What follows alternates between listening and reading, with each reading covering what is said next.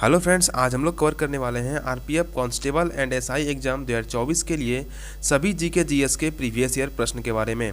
आप सभी जानते हैं कि प्रीवियस ईयर प्रश्न से प्रत्येक एग्जाम में लगभग 4 से 5 प्रश्न पूछ लिए जाते हैं सीधे सीधी। इसीलिए जो है प्रीवियस ईयर प्रश्न काफ़ी इंपॉर्टेंट होता है आपके आने वाले परीक्षाओं के लिए। इसी कारण से जो है हमने आरपीएफ के जितने भी एग्जाम अभी तक हो चुके हैं उन सभी में जितने भी जीके जीएस प्रश्न पूछे गए थे उन सभी को उठाकर जो है इस सीरीज में हम लोग पढ़ने वाले हैं। इस सीरीज में जो है हम लोग कुल 1000 से भी अधिक प्रीवियस ईयर के प्रश्न पढ़ने वाले हैं, जो कि काफ़ी इंपॉर्टेंट है आपके आने वाले परीक्षाओं के लिए। और आपके आने वाले परीक्षाओं में जो है इस वीडियो से आपको 4 से 5 प्रश्न देखने को अवश्य मिलेगा। तो दोस्तों चैनल पर जो है बने रहिएगा और चैनल पर बने रहने के लिए चैनल को सब्सक्राइब कर बेल आइकन को ऑन कर लें ताकि आने वाले वीडियो का नोटिफिकेशन जो है आपको मिल सके। चलिए स्टार्ट करते हैं। पहला प्रश्न है, मेरिलबोर्न क्रिकेट क्लब एमसीसी का मुख्यालय कहाँ स्थित है? इसका उत्तर है आपका ऑप्शन बी, लंदन में। दोस्तों मेरिलबोर्न क्रिकेट क्लब एमसीसी का मुख्यालय जो है यह आपका लंदन में स्थित है। नेक्स्ट चलते हैं। अगला है, बुद्ध का वास्तविक नाम क्या था? इसका उत्तर है आपका ऑप्शन ए, सिद्धार्थ। दोस्तों बुद्ध का वास्तविक नाम जो है यह आपका सिद्धार्थ था, जो कि उसका बचपन का नाम था। नेक्स्ट चलते हैं। अगला है, प्रसिद्ध चेरा बंदरगाह मुजिरी निम्न में से किस राज्य में स्थित है? इसका उत्तर है आपका ऑप्शन डी, केरल में। दोस्तों प्रसिद्ध चेरा बंदरगाह जिसका नाम है आपका मुजिरी बंदरगाह जो है यह आपका केरल राज्य में स्थित है। नेक्स्ट चलते हैं। नेक्स्ट है, भारतीय संविधान में मौलिक अधिकारों के प्रावधान को किस संविधान से लिया गया है? इसका उत्तर है आपका ऑप्शन सी, अमेरिका के संविधान से। दोस्तों भारतीय संविधान में जो है वह मौलिक अधिकारों के प्रावधान को अमेरिका के संविधान से लिया गया है। ठीक है, नेक्स्ट चलते हैं। अगला है, यूरेशिया के मध्य अक्षांशीय घास के मैदान को क्या कहा जाता है? इसका उत्तर है आपका ऑप्शन बी, स्टेपी। दोस्तों यूरेशिया के मध्य अक्षांशीय घास के मैदान को जो है वह आपका स्टेपी कहा जाता है। क्या कहा जाता है? स्टेपी कहा जाता है, ध्यान रखिएगा। नेक्स्ट चलते हैं। अगला है, अपने विश्व प्रसिद्ध मीनाक्षी मंदिर के लिए निम्न में से कौन सा शहर जाना जाता है? इसका उत्तर है आपका ऑप्शन डी, मदुरै। दोस्तों अपने प्रसिद्ध मीनाक्षी मंदिर के लिए जो है वह आपका मदुरै शहर जाना जाता है। ठीक है, अब मदुरै शहर कहाँ स्थित है? तो यह आपका जो है वह तमिलनाडु में स्थित है। कहाँ पर? तमिलनाडु में स्थित है। नेक्स्ट चलते हैं। अगला है, भारत में श्वेत क्रांति का जनक किसे कहा जाता है? इसका उत्तर है आपका option A, doctor Verghese Kurien. दोस्तों भारत में श्वेत क्रांति का जनक जो है वह आपका डॉक्टर वर्गीज कुरियन को कहा जाता है। और डॉक्टर एम.एस. स्वामीनाथन को जो है वह भारत में हरित क्रांति का जनक कहा जाता है। हरित क्रांति का जनक कहा जाता है, याद रखिएगा। नेक्स्ट चलते हैं। अगला है, क्या भारत में एक नए राज्य का निर्माण हो सकता है? इसका उत्तर है आपका ऑप्शन सी, यह संविधान के अनुसार हो सकता है। दोस्तों भारत में जो है एक नए राज्य का निर्माण संविधान के अनुसार हो सकता है। इसका प्रावधान जो है वह आपका संविधान के भाग 1 में किया गया है। ठीक है, चलिए नेक्स्ट चलते हैं। अगला है, निम्न में से किस एक का संबंध महिला बैडमिंटन खेल से है? इसका उत्तर है आपका ऑप्शन सी, उबेर कप। दोस्तों उबेर कप का संबंध जो है वह आपका महिला बैडमिंटन खेल से है। नेक्स्ट चलते हैं। अगला है, केंद्र शासित प्रदेश पांडिचेरी का नाम बदलकर पुडुचेरी किस वर्ष रखा गया? इसका उत्तर है आपका ऑप्शन ए, 2006। दोस्तों पांडिचेरी का नाम बदलकर जो है वह पुडुचेरी वर्ष 2006 में किया गया था। अगला है, सरकारी आय का राष्ट्रीय योजना से अधिक अतिरिक्त व्यय क्या कहलाता है? इसका उत्तर है आपका ऑप्शन बी, मुद्रास्फीति अंतराल। दोस्तों जितना हमारा राष्ट्रीय योजना से आय होता है अगर उससे अधिक अतिरिक्त व्यय हो जाए तो इसको जो है वह मुद्रास्फीति अंतराल कहा जाता है।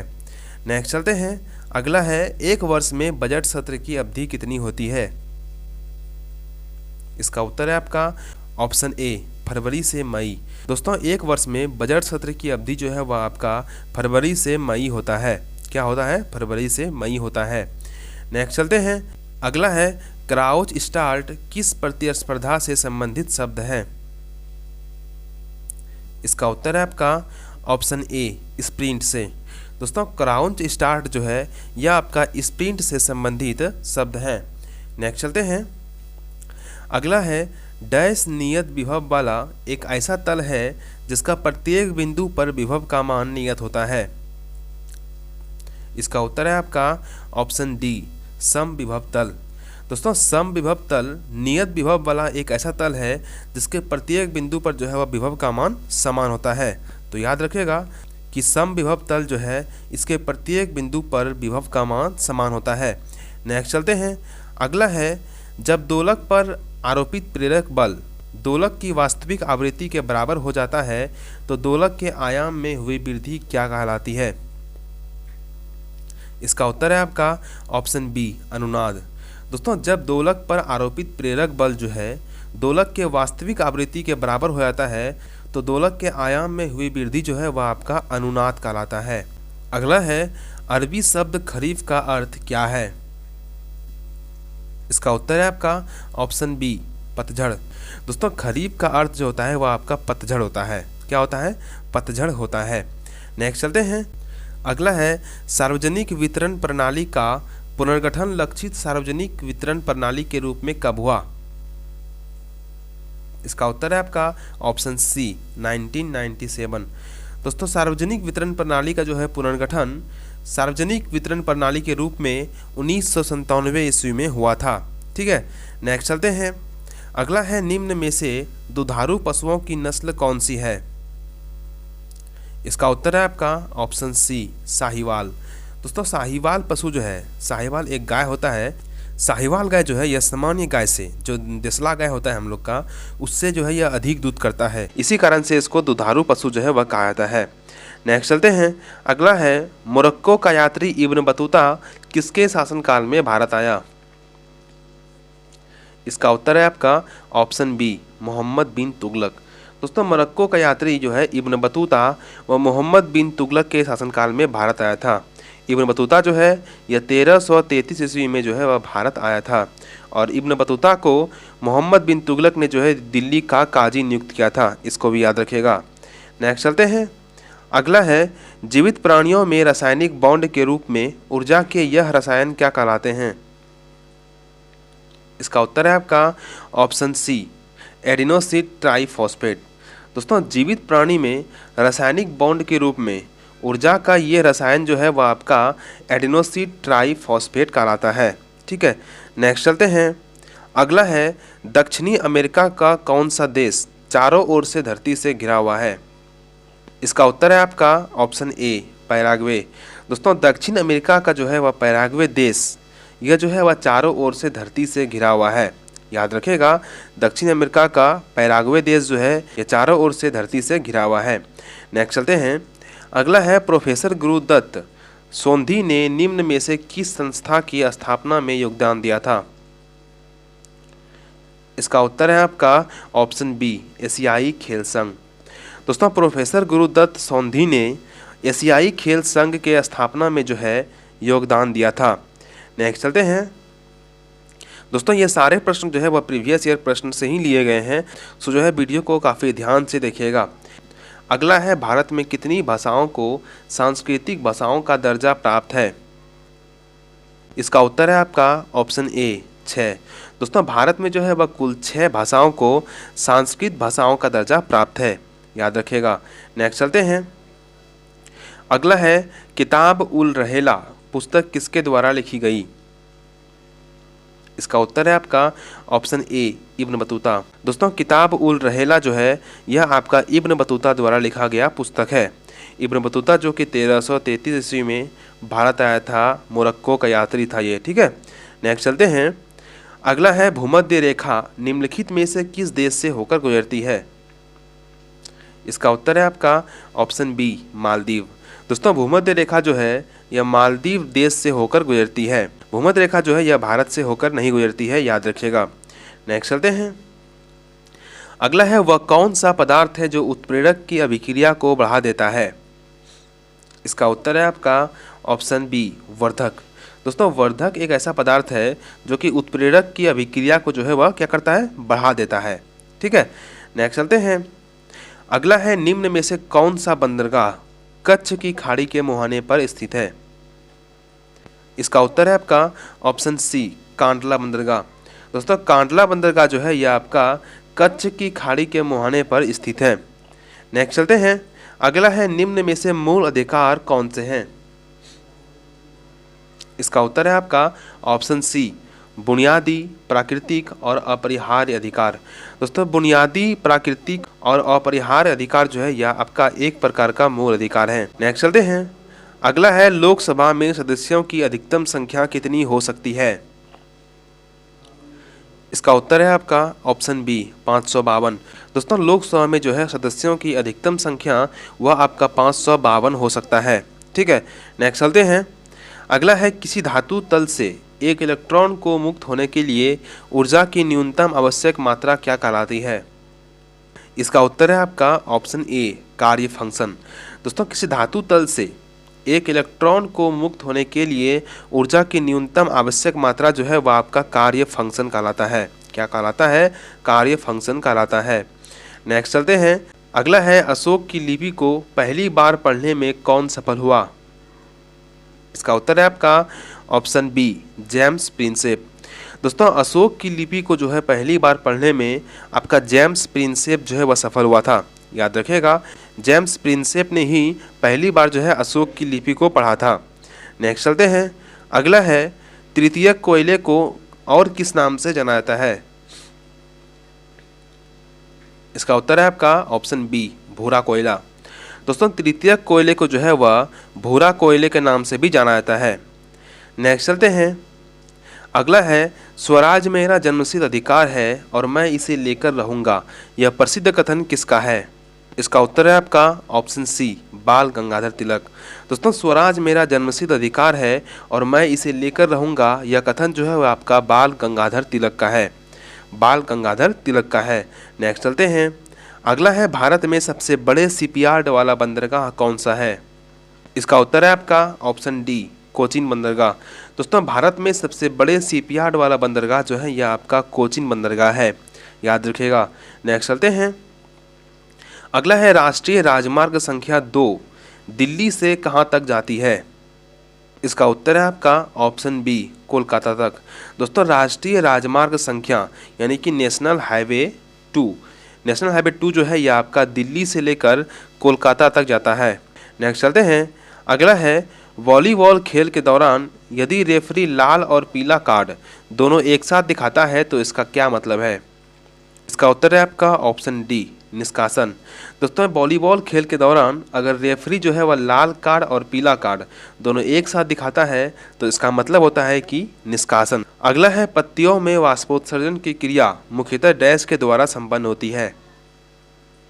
इसका उत्तर है आपका ऑप्शन ए, स्टोमेटा। दोस्तों पत्तियों में वाष्पोत्सर्जन की क्रिया मुख्यतः स्टोमेटा के द्वारा संपन्न होती है। नेक्स्ट है आपका जैन द अवेस्ता किस धर्म से संबंधित पवित्र ग्रंथ है? इसका उत्तर है आपका ऑप्शन सी, पारसी। दोस्तों जैन द अवेस्ता जो है यह पारसी धर्म का पवित्र ग्रंथ है। अगला है महिलाओं को ओलंपिक खेलों में भागीदारी का अधिकार किस वर्ष मिला? इसका उत्तर है आपका ऑप्शन बी, 1900 ईस्वी में। दोस्तों महिलाओं को ओलंपिक खेलों में भागीदारी का अधिकार जो है वह आपका 1900 ईस्वी में मिला था। नेक्स्ट चलते हैं, अगला है राष्ट्रीय विकास परिषद की स्थापना किस वर्ष हुई थी? इसका उत्तर है आपका ऑप्शन सी, 1952 ईस्वी में। दोस्तों राष्ट्रीय विकास परिषद की स्थापना जो है यह आपका 1952 ईस्वी में हुआ था। अगला है सूर्य की आंख से दिखाई पड़ने वाली परत क्या कहलाती है? इसका उत्तर है आपका ऑप्शन ए, प्रकाश मंडल। दोस्तों सूर्य की वो परतें जो कि आंख से दिखाई पड़ती है उसको जो है हम लोग प्रकाश मंडल कहते हैं। अगला है 42वां संविधान संशोधन अधिनियम किस दिन लागू हुआ था? इसका उत्तर है आपका ऑप्शन डी, 3 जनवरी को। दोस्तों 42वां संविधान संशोधन अधिनियम जो है यह आपका 3 जनवरी को लागू हुआ था।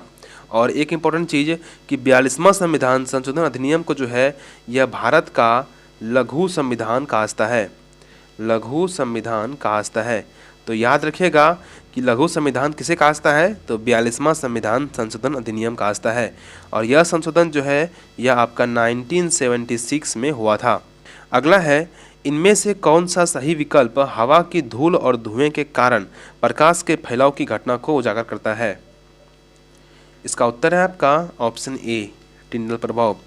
दोस्तों आपने कभी देखा होगा घर सब में अगर पूरा घर ब्लॉक है और वहाँ पर जो है किसी एक छिद्र से सूर्य की रोशनी आ रही है तो जो है उस रोशनी में आपको धूलकण उड़ता हुआ दिखाई पड़ता है, उसी को जो है वह टिंडल प्रभाव कहता है।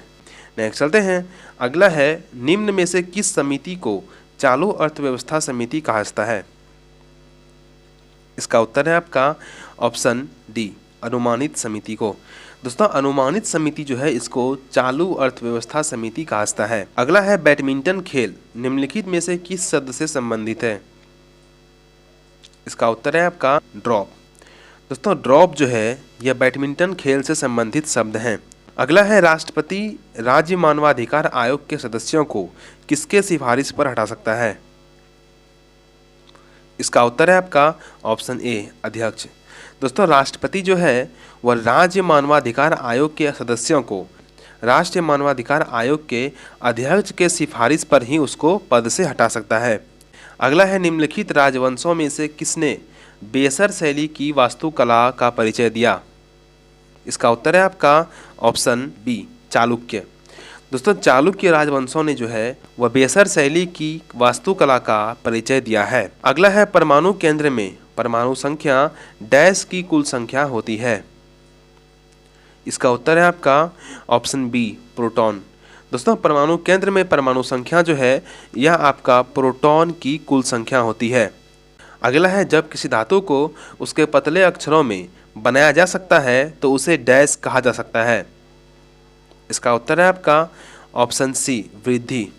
दोस्तों जब किसी धातु को उसके पतले अक्षरों से बनाया जा सकता है तो उसे जो है वह वृद्धि कहा जा सकता है। अगला है न्यूटन के दूसरे गतिशील नियम के अनुसार किसी वस्तु पर कार्य करने वाला बल डैश और डैश का गुणनफल होता है? इसका उत्तर है आपका ऑप्शन सी, द्रव्यमान और त्वरण का। दोस्तों न्यूटन के दूसरे गतिशील नियम के अनुसार किसी वस्तु पर कार्य करने वाला बल द्रव्यमान और त्वरण का गुणनफल होता है। अगला है अनाज जमा मुख्य रूप से डैश में लगाए जाते हैं? इसका उत्तर है आपका ऑप्शन सी, केसर में। दोस्तों अनाज जमा जो है यह मुख्य रूप से केसर में लगाए जाते हैं। नेक्स्ट चलते हैं। अगला है भारत के किस राज्य में जवादी और सेवराय पहाड़ियाँ स्थित है? इसका उत्तर है आपका ऑप्शन सी, तमिलनाडु। दोस्तों भारत के तमिलनाडु राज्य में जवादी और सेवराय पहाड़ियाँ स्थित हैं। अगला है ध्वनि की गुणवत्ता इसके डैश द्वारा निर्धारित की जाती है? इसका उत्तर है आपका ऑप्शन सी, फ्रीक्वेंसी। दोस्तों ध्वनि की गुणवत्ता जो है इसके फ्रीक्वेंसी के द्वारा निर्धारित की जाती है। अगला है पाल साम्राज्य का संस्थापक कौन था? इसका उत्तर है आपका ऑप्शन डी, गोपाल। दोस्तों पाल साम्राज्य का संस्थापक जो है यह आपका गोपाल था। अगला है मिलिंद पन्हो पाठ किससे संबंधित है? इसका उत्तर है आपका ऑप्शन ए, बौद्ध धर्म से। दोस्तों मिलिंद पन्हो पाठ जो है यह आपका बौद्ध धर्म से संबंधित शब्द है। अगला है इनमें से किसे भारत के नए समुद्र मिले थे? इसका उत्तर है आपका option C, Vasco da Gama. दोस्तों भारत के नए समुद्र जो है वह आपका वास्को डी गामा को मिला था। ऐसा क्यों? क्योंकि वास्को डी गामा ही जो प्रथम व्यक्ति थे जिसने समुद्र के रास्ते से भारत की खोज की थी। इसी कारण से जो है कहा जाता है कि वास्को डी गामा को भारत के नए समुद्र मिले थे। अगला है हैंडबॉल खेल के खेल क्षेत्र को क्या कहा जाता है? यानी कि जहाँ हैंडबॉल खेला जाता है उस खेल क्षेत्र को क्या कहा जाता है? इसका उत्तर है आपका ऑप्शन सी, कोर्ट। दोस्तों हैंडबॉल जहाँ खेला जाता है उसके खेल क्षेत्र को जो है वो आपका कोर्ट कहा जाता है। कई बार प्रश्न जो है यह प्रश्न रिपीट हो चुके हैं तो याद रखिएगा, इंपॉर्टेंट है। नेक्स्ट है पशुपति किस काल से मनाया जाता है? इसका उत्तर है आपका ऑप्शन डी, हड़प्पा संस्कृति के काल से। दोस्तों पशुपति जो है यह आपका हड़प्पा संस्कृति के काल से मनाया जाता है। अगला है निम्न में कौन सी एक हवादार बीमारी है? इसका उत्तर है आपका ऑप्शन डी, शासन। दोस्तों शासन जो है यह एक प्रकार का हवादार बीमारी होता है। अगला है निम्नलिखित में से कौन तारा आपके सबसे करीब है? इसका उत्तर है आपका ऑप्शन डी, प्रॉक्सिमा सेंचुरी। दोस्तों प्रॉक्सिमा सेंचुरी तारा जो है यह हमारे सबसे करीब तारा है। अगला है सार्वजनिक संपत्ति के अति प्रयोग को डैश कहा जाता है? इसका उत्तर है आपका ऑप्शन बी, सार्वजनिक स्रोत की त्रासदी। दोस्तों सार्वजनिक संपत्ति के अति प्रयोग को जो है वह आपका सार्वजनिक स्रोत की त्रासदी कहाता है। अगला है संसद के संयुक्त सत्र का संचालन करने के लिए अध्यक्ष के रूप में अनुपस्थित रहते हुए सत्र का संयोजक कौन होता है? इसका उत्तर है आपका ऑप्शन ए, लोकसभा उपाध्यक्ष। दोस्तों अगर संसद का सत्र संचालन करने के लिए अगर लोकसभा अध्यक्ष अनुपस्थित है तो उस स्थिति में जो है वह लोकसभा उपाध्यक्ष जो है वह संसद के सत्र का संयोजक होता है।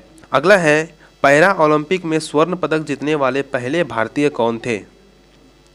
इसका उत्तर है आपका ऑप्शन बी, मरियप्पन थंगावेलु। दोस्तों पैरा ओलंपिक में स्वर्ण पदक जीतने वाले पहले भारतीय जो है वह आपका मरियप्पन थंगावेलु है। अगला है नाट्य शास्त्र के लेखक कौन है?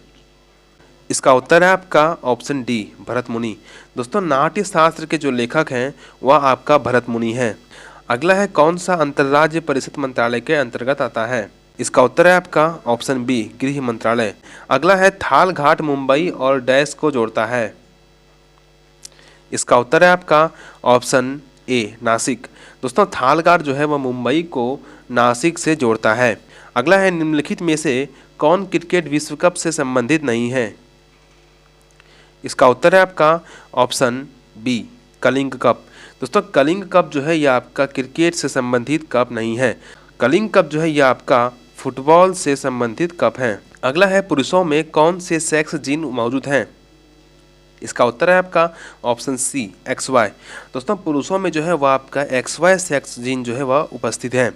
अगला है भारत, बेल्जियम और स्पेन में किस प्रकार के संघीय अभ्यास का उपयोग किया जाता है?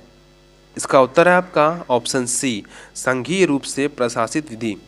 दोस्तों भारत, बेल्जियम और स्पेन में जो है वह संघीय रूप से प्रशासित विधि का उपयोग किया जाता है। अगला है निम्न में से किस शासक ने पाटलिपुत्र को स्थापित किया था? इसका उत्तर है आपका ऑप्शन बी, उदायन ने। दोस्तों उदायन ने जो है वह आपका पाटलिपुत्र को स्थापित किया था। अगला है भारत की आकस्मिकता निधि किस अनुच्छेद के तहत आती है? इसका उत्तर है आपका ऑप्शन ए, अनुच्छेद 267। दोस्तों भारत का आकस्मिकता निधि जो है यह आपका अनुच्छेद 267 के अंतर्गत आता है और अनुच्छेद 266 के अंतर्गत जो है यह भारत का संचित निधि आता है, संचित निधि आता है। अगला है नाइजर और जिम्बाब्वे निम्न में से किस महाद्वीप का देश है?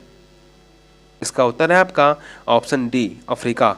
दोस्तों नाइजर और जिम्बाब्वे जो है यह अफ्रीका महाद्वीप का एक देश है। अगला है निम्नलिखित में से कौन अंतिम मौर्य राजा था? इसका उत्तर है आपका ऑप्शन ए, बृहद्रथ। दोस्तों बृहद्रथ जो है यह मौर्य साम्राज्य का अंतिम राजा था। अगला है निम्न में से कौन एक नदी बंदरगाह है? इसका उत्तर है आपका ऑप्शन सी, कोलकाता बंदरगाह। दोस्तों कोलकाता बंदरगाह जो है यह आपका एक नदी बंदरगाह है। नेक्स्ट चलते हैं, किस राज्य में मधुबनी चित्रकला प्रचलित है? इसका उत्तर है आपका ऑप्शन डी, बिहार में। दोस्तों बिहार में जो है प्रचलित चित्रकला का नाम है आपका मधुबनी। यह प्रश्न जो है एग्जाम में कई बार रिपीट हो चुके हैं तो काफ़ी इंपॉर्टेंट है, इसको खास कर ध्यान रखिएगा। नेक्स्ट है, कई आवृत्तियों के मिश्रण से उत्पन्न ध्वनि को क्या कहा जाता है? इसका उत्तर है आपका ऑप्शन ए, आवाज़। दोस्तों कई आवृत्तियों के मिश्रण से उत्पन्न ध्वनि को जो है वह आपका आवाज़ कहा जाता है। अगला है निम्नलिखित में से किस महासागर की सबसे लंबी तटरेखा है? इसका उत्तर है आपका ऑप्शन डी, अटलांटिक। दोस्तों अटलांटिक महासागर की जो है वह सबसे लंबी तटरेखा है। अटलांटिक महासागर जो है इसका आकृति जो है वह एस के आकार का है, यह भी याद रखिएगा।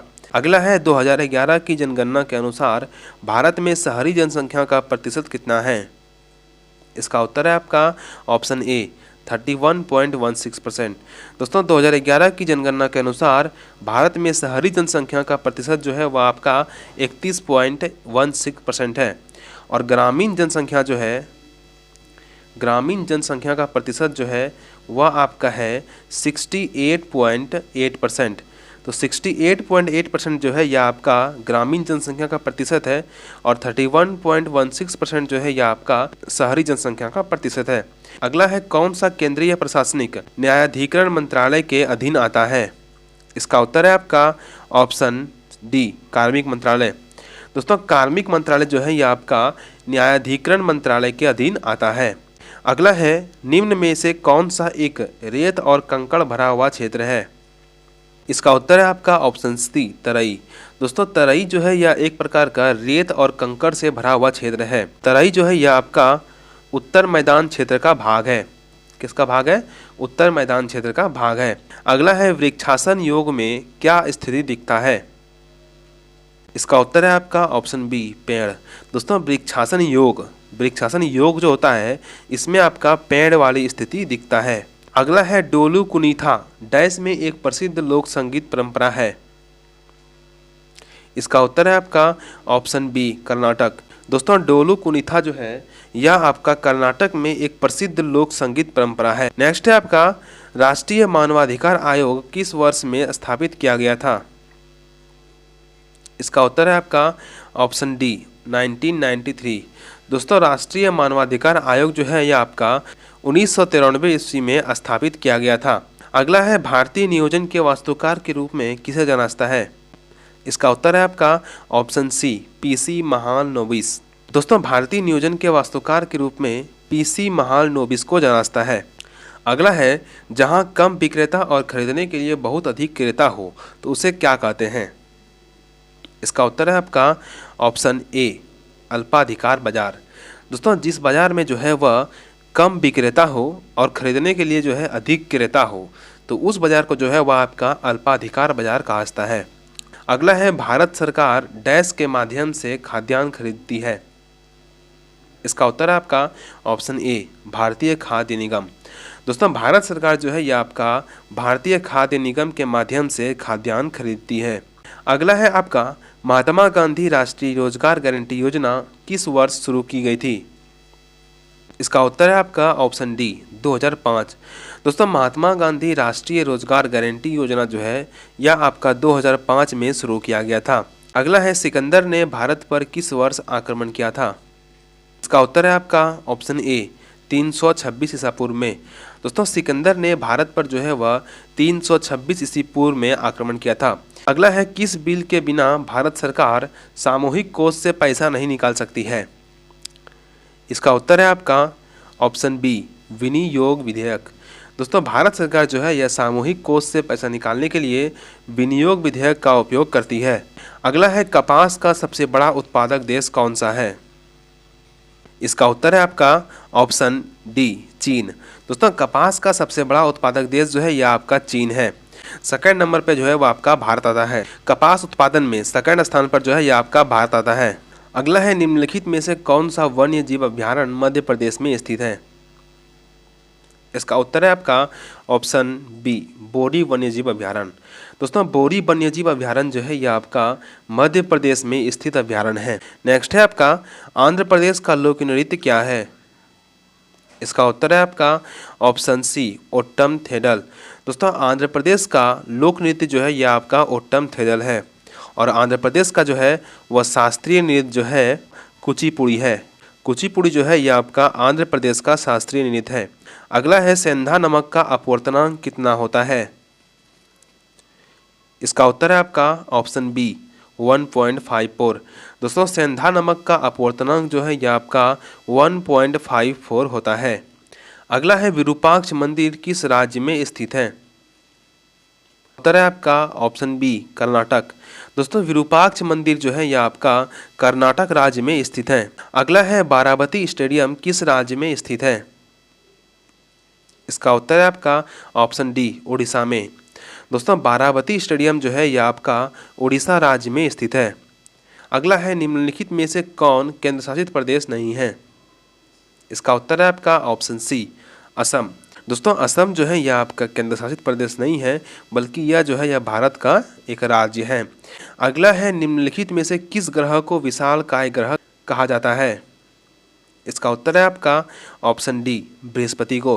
दोस्तों बृहस्पति को जो है यह विशालकाय ग्रह कहा जाता है क्योंकि बृहस्पति ग्रह जो है यह सभी ग्रहों में से सबसे बड़ा ग्रह है। अगला है सिडबी का मुख्यालय कहाँ स्थित है?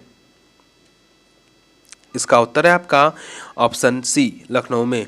दोस्तों सिडबी का मुख्यालय जो है यह आपका लखनऊ में स्थित है। अगला है विटामिन B3 का रासायनिक नाम क्या है? इसका उत्तर है आपका ऑप्शन सी नियासिन। दोस्तों विटामिन B3 का रासायनिक नाम जो है यह आपका नियासिन है। अगला है कुवैत की मुद्रा का नाम क्या है। इसका उत्तर है आपका ऑप्शन ए कुवैती दिनार। दोस्तों कुवैत का मुद्रा का नाम जो है यह आपका कुवैती दिनार है। तो दोस्तों ये था आपका आरपीएफ का जीके जीएस का कुल 100 महत्वपूर्ण प्रीवियस ईयर के प्रश्न। दोस्तों इसका अगला क्लास जो है ये आपका कल आएगा, क्लास 2। इसीलिए जो है वह चैनल को सब्सक्राइब कर बेल आइकन को ऑन कर लें, ताकि कल जब इसका वीडियो हम डालें तो इसका नोटिफिकेशन जो है वो आपके पास पहुंच जाए। तो दोस्तों वीडियो कैसा लगा कमेंट करके जरूर बताइएगा। अगर पसंद आया वीडियो तो वीडियो को लाइक ज़रूर कीजिएगा। चलिए दोस्तों मिलते हैं कल।